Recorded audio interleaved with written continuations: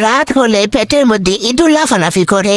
তো প্রতি রাইতে আমার এরকম ঝাল ঝাল কিছু খেতে মন চায়। তো আজকেও খেতে মন চাইলো, বাড়িতে সেই রকম কিছু ছিল না। এর জন্য ফ্রিজ খুলে দেখলাম যে কিছু পরিমাণে মাংস রয়েছে। এখন এই মাংসগুলোকে আমি ভিজিয়ে রাখবো। এরপর মাংসগুলো যদি ছেড়ে যায় তাহলে এগুলোকে আমি কুচি কুচি করে কেটে নেব।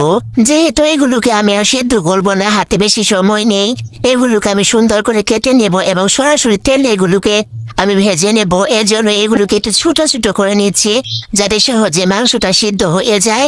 এরপরে এগুলোকে আমি সুন্দর করে ধুয়ে নিলাম। ধুয়ে না হয়ে গেলে আবার রেগুলার মাংসতে যে মশলাগুলো ব্যবহার করি এখানেও ঠিক সেই মশলাগুলো দিতে হবে। এগুলো আমি পরিমাণ মতো দিয়ে নেব এবং 10 মিনিটের জন্য এগুলোকে রেস্টে রাখবো, যেহেতু আমার হাতের কাছে বেশি সময় নেই। এরপরে এখানে আমি দিয়ে দিলাম পরিমাণ মতো কর্নফ্লাওয়ার আর বেসন। এগুলোকে দিয়ে আমি কুট করে নেব। কুট করা হয়ে গেলে এখানে আমি পরিমাণ মতো তেল দিয়ে দিলাম। এখন এই তেলটা গরম হওয়া পর্যন্ত অপেক্ষা করব এবং একটা একটা করে কুট করে রাখা মাংসগুলো দিয়ে ভেজে নেব লালচে করে।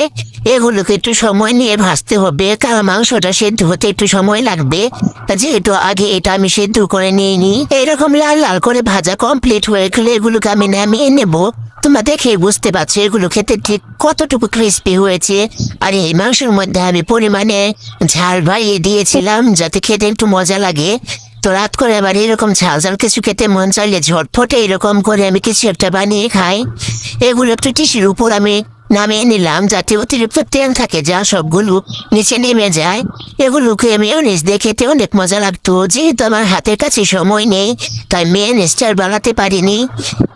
এখানে আমি পরিমাণ মতো টমেটো সস নিয়ে নিয়েছি। টমেটো সস দিয়ে এখন এটাকে আমি পরিবেশন করবো। এটা খেতে কিন্তু জাস্ট অসাধারণ ছিল। তোমরা এভাবে ট্রাই করতে পারো।